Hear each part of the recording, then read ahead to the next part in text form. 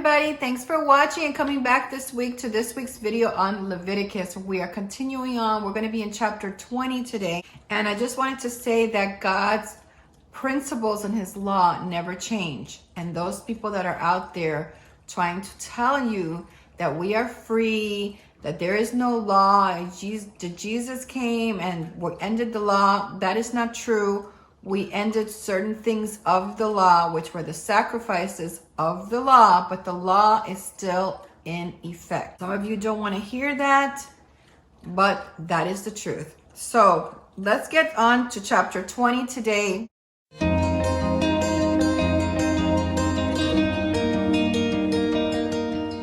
I'm not going to be reading the verses today, but I'm just going to be going through the verses really quick. There's so much information here that I want to give you. So let's get started with chapter 20, verse 1 through 3.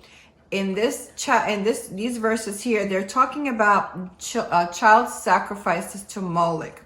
Now, some of the stuff we already talked about. We're going to be talking about the punishments today for a lot of the things that we already learned about in previous chapters. The child sacrifice to Moloch was very common back in the ancient religions.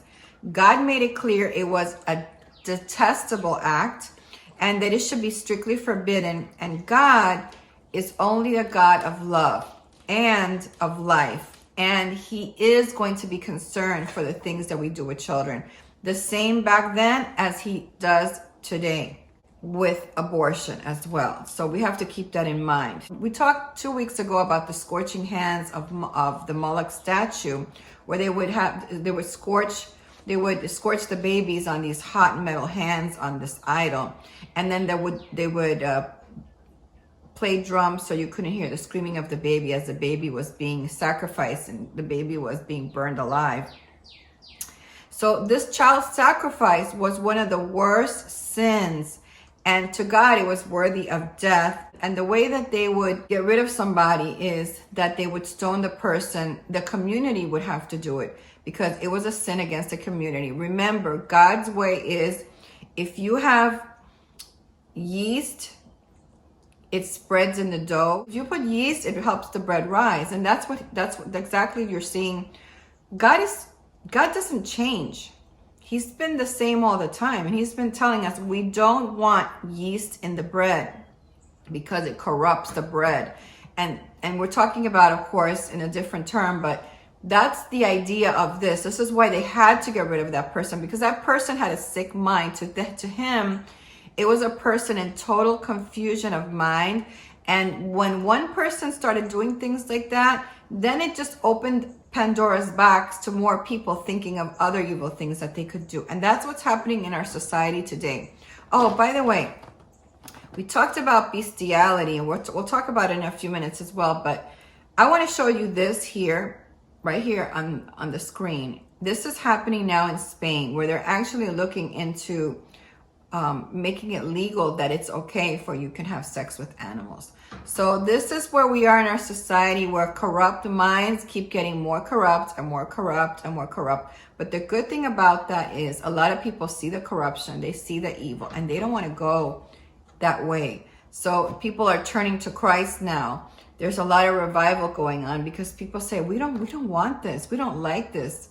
You know, they might be pushing it on the news and the television and making it look like lots of people want this, but most people, they don't want this in their society. With the child sacrifices, God would prosecute the judge and his family if this person that sacrificed wasn't put to death. Then it was the judge's fault, and their family would pay the consequences for not doing what they were supposed to do. So ignoring evil is also evil. And you can't hide your eyes from these evil practices. And we talked about the yeast. So that's why God said we got to nip it in the bud. Remember that God is a God of life, and he's a God of love, and he's concerned always for those that are helpless. We don't ever need sacrifices of children, because remember what Yahusua did for us. So there is no reason for us to sacrifice children or anything like that, because Yahusua, Jesus, you call him Jesus, I call him Yahusua by his Hebrew name.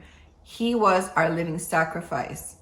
He is the one that died for us. So we don't need to have child sacrifices. Let's go to verse number 6. Verse number 6 here talks of wizards and the search for familiar spirits. And now we talked about familiar spirits last week, but God has never been the source of mediums or the psychic occult. These are people that try to contact evil spirits.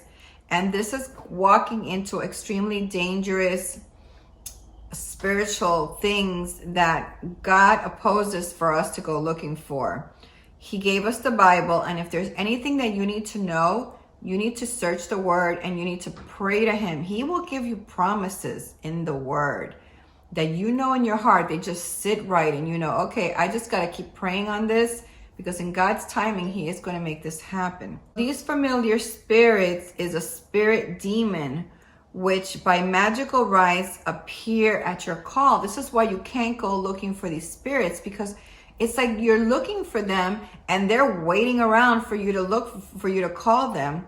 And these spirits are not from God. And this is why you have to reject wanting to look for these kind of things. Whatever happens in your life, in your future, you have to just give it to God. Once you become born again and you're coming into Christ and you're accepting his will, he will walk you through his will. You don't need to go to anybody to give you the future results of what's going to happen.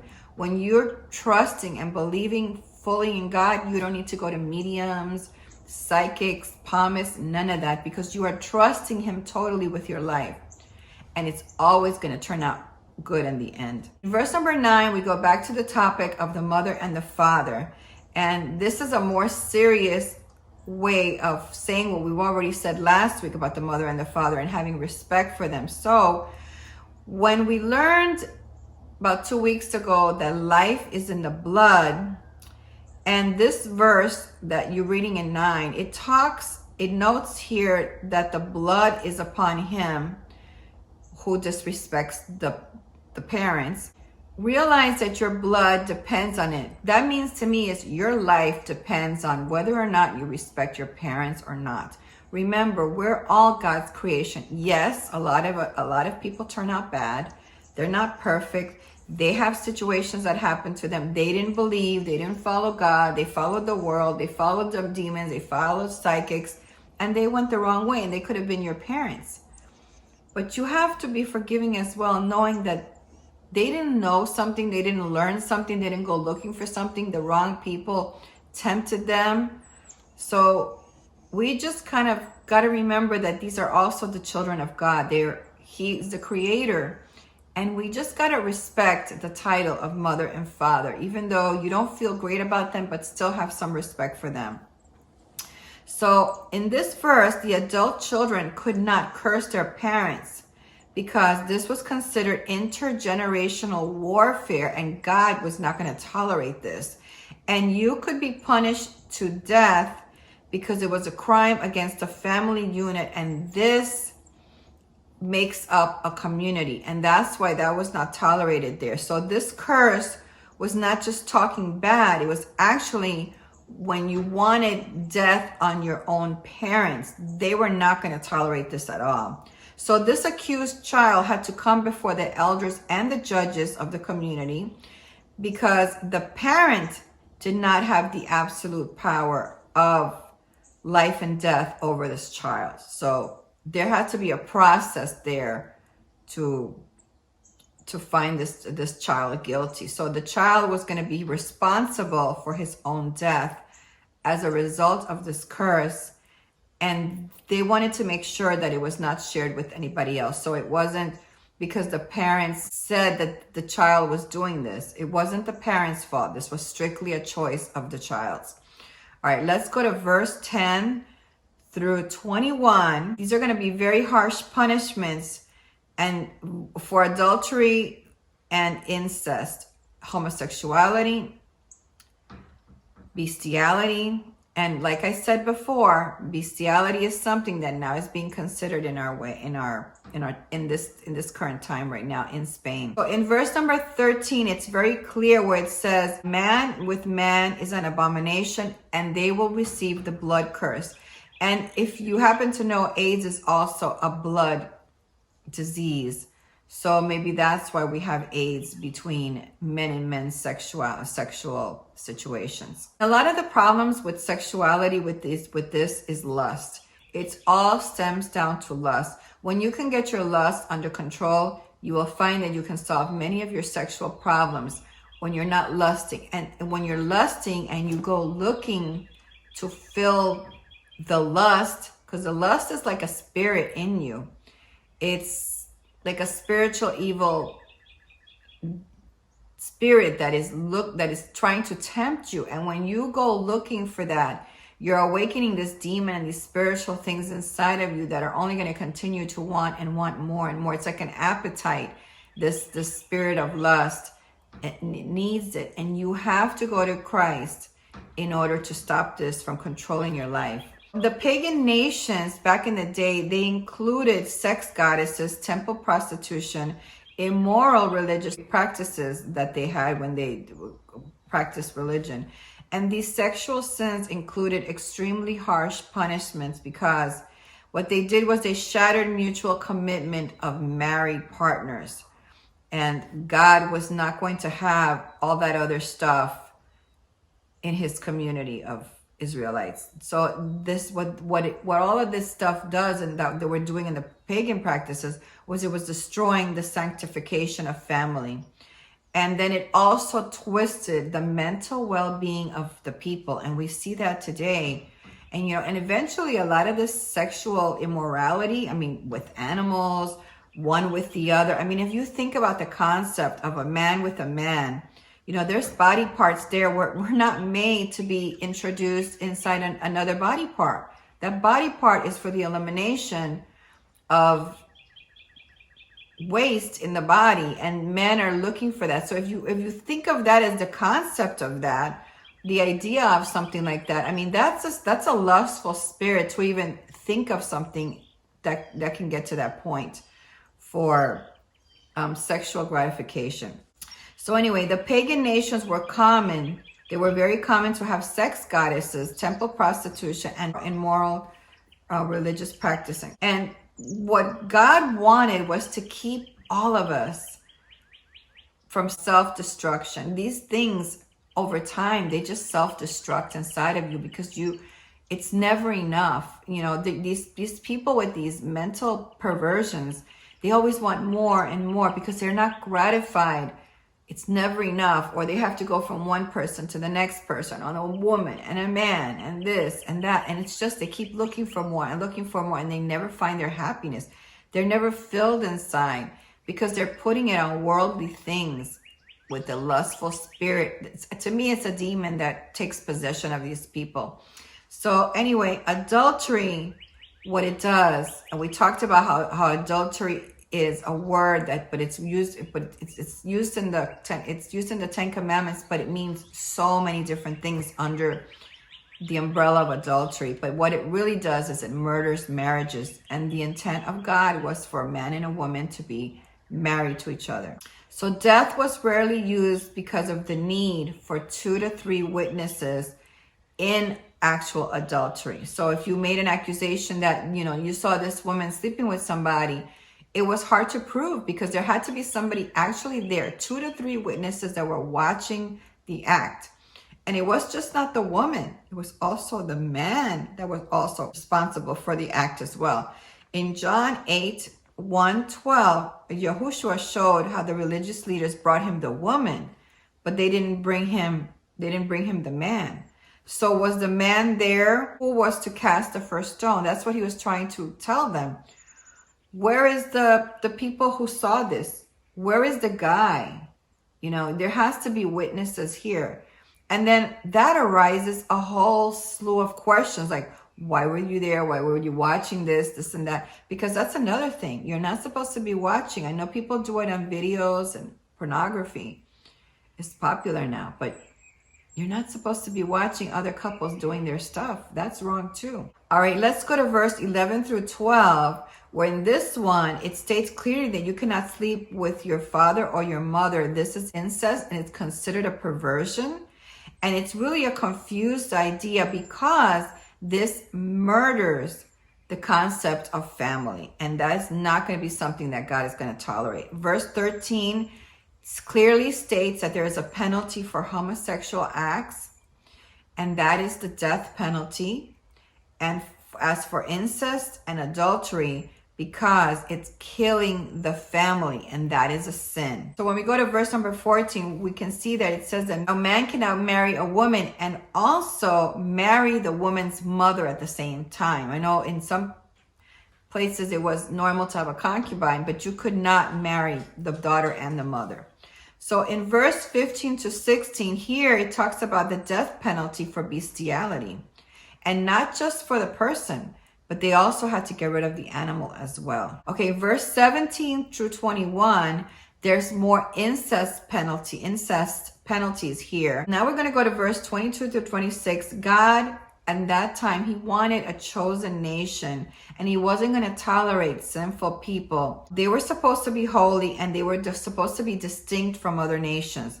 And this was very important to prove the lineage of the Messiah later, so there was no question about his lineage. So God also wants relationship with us, and he expects us to have obedience and loyalty as well, as he did with the Israelites back in the day. Verse 27 talks about consulting mediums, and there was a reason that you would be cut off and you could receive death, because this would lead to other forms of sin. In Matthew 18:6, Yahusua, Jesus, taught that if one believes in him and you cause the person to sin, you deserved death as well. So a lot of these psychics and things like that, they start naming things into your life that are. So you have to be very cautious with those things. This is why you have to read the Bible and go to the Word, because God will reveal things to you. You don't need to go looking for it in those pagan practices. All right, now let's go to chapter 21. We're going to go through verses 6 through 9. In those days, there were lots of priest laws, okay? So they could only marry virgins. They couldn't marry harlots. They couldn't marry defiled women or divorced women. Divorce was allowed for all, but except for the priest. So even though divorce was allowed, the priest could not marry a divorced woman. Okay, so for the high priest, the one at the top of the line, he could not marry a widow. He had to marry a virgin, and it had to be a virgin of his own people. Remember how we said that God had to teach the priests to be holy before the people would be holy, right? So they're kind of like the middlemen. So in those days, the holiness of a priest had to extend to his family as well, especially his daughter. So if his family wasn't living a holy life, especially his daughter, then, other people would see that, and they would think he was not holy, right? Verse 16 to 23, they couldn't discriminate against the handicapped priests, and they still had the opportunity to perform many essential services within the community there. So now in chapter 22, there's more instructions there for priests and things that could defile them. Well, that would defile them. Egyptian priests were mainly concerned in politics and religion, and that was a way for them to gain power, and that was not going to be tolerated here as well. So that was exposed in the verses here. All right, so now we go to chapter 23, and this is about the feasts of God. There were major festivals in the Israelite culture. They were very different for other nations that used moral depravity, where God's festivals were more family driven and focused. In the pagan culture, it was more about immoral things. So God ordained feasts. He wanted them for fellowship with him and for fellowship with others. He wanted them to rest. Also, they wanted to, he wanted to use it as refreshment during the week they worked or whatever. And then he wanted them to refresh themselves, rest, celebrate, to worship, and to also give thanksgiving to him. So the biggest and main festival, which is really not a festival, but is the Sabbath, right? The Sabbath was to be observed. And these were commands to observe and celebrate 7 annual feasts only for the Israelites. But we can also learn from them too. The feasts of the Lord belonged to God and were sacred gatherings where the major topic was gratitude, because an ungrateful heart had no feeling. It was unloving, unbelieving, and disobedient. You will not find the Feast of Purim and Hanukkah listed here in these verses because these happened after Moses' time. So we're only going to get the ones that were given to them during Moses' times. So the Sabbath is considered the 7th day. And unlike the 7 feasts, it was a holy day set apart for solemn rest. It was the 4th commandment in the Bible. Solemn means formal, right? And dignified. It was to be a sacred gathering of the people. And now Christians, they celebrate Sunday. So the daily and ordinary tasks were to be avoided, including work. So when we know this, we know now that Yahusua is our rest because he fulfilled the purpose and he fulfilled that Sabbath request in us. So we don't really have a Sabbath, but we still need a day to rest. Verses 4 and 5 talks about the Jewish ceremonial calendar, which is the first month. And this is known as Nisan, and Passover, which was held on the 14th of Nisan each year. And this is the Jewish calendar. Twilight was the end of the day and the beginning of the new day for us. So that would be 12 a.m. for us. So Passover was to be observed yearly as a reminder that God delivered the people out of Egyptian bondage. So in the New Testament, Yahushua's death happened at Passover because he is the Lamb of God, and his blood makes the judgment of God pass over each of us. That's why it was timed perfectly, exactly the way it was supposed to be. So Passover is supposed to be observed yearly as a reminder that he delivered the people out of Egyptian bondage.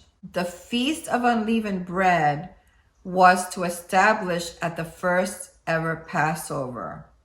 So if you want to know more about this unleavened bread, you can go to my Exodus videos, and it talks about all of that in there. So now we're going to go to verse 9 through 14, which is the first fruits, also known as the Feast of Harvest. And this was observed only when Israel came into the land of Canaan as a celebration of the coming harvest and a way to give thanks.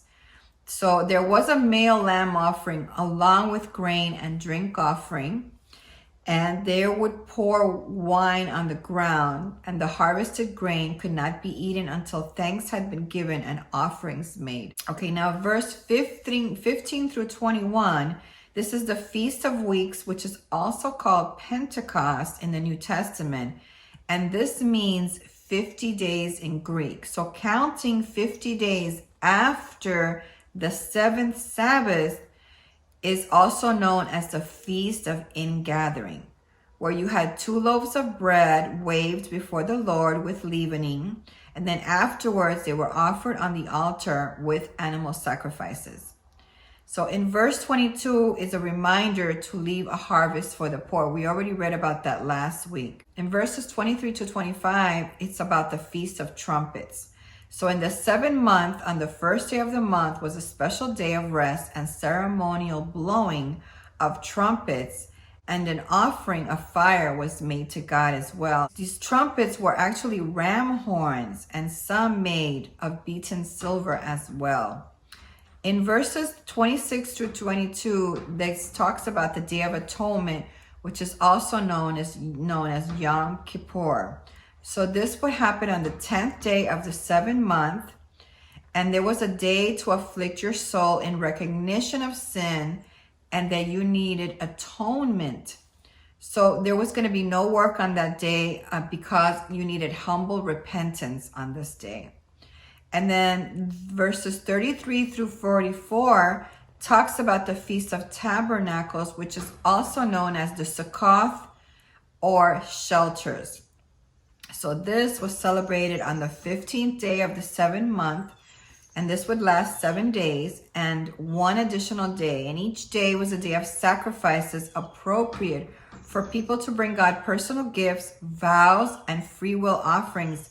And they would rejoice because it was commanded, and there was mandatory reading of the law, and it was read every 7 years. So the Israelites were supposed to camp in these shelters that were made out of palm trees, and and also other leafy trees. And they were going to camp there inside of them for 7 days because they lived that way in the Exodus. And this would remind them of what God did for them. And in order for them to renew their commitment to God as well. So the family renewal of faith through God's goodness would happen during those 7 days. And not the way that pagans celebrated their festivals, because the pagans celebrated their festivals by having wild orgies and there were a lot of perverted worshipers there. But the worship with God was a celebration with confession and introspection, very different from the pagan, and it was about family as well. All right, so we're going to end it here. We're going to go to chapter 24 next week. We're going to finish off Leviticus next week. So I hope you will come back and stick around so you can learn more about Leviticus, so important for us to realize that the law is still in existence today, because the intention of God was for all of us to know what he wants for us. And he wants us to be holy. He wants us to be in family. He wants peace and love in our life. But of course, we have evil that's all around us that wants to tempt us lure us away from God and keep us always on the wrong path. So I hope that you will repent today if you're on that wrong path. The good news is you can, because that's what Yahusua did for all of us. So if you repent and you tell him that you want to transform your life, that you're sorry about the things that you did because you didn't know these laws, you didn't hear them, and now you're hearing them and you know them. And I'm going to tell you something. A lot of people, when they tell you out there that Jesus doesn't want us to follow the law, then tell them, did you ever read Leviticus? Did you ever read the law? If you ask them that, I will guarantee you that they are going to tell you no. And they don't know what they're talking about. And that's how you know that they're lying. Because if you read Leviticus and you know these laws, you know that they are still in effect today. So I thank you for watching. I hope you have a lovely week. God bless. I'll see you next time. Bye-bye. Hey, don't forget to give this video a thumbs up. Thanks for watching.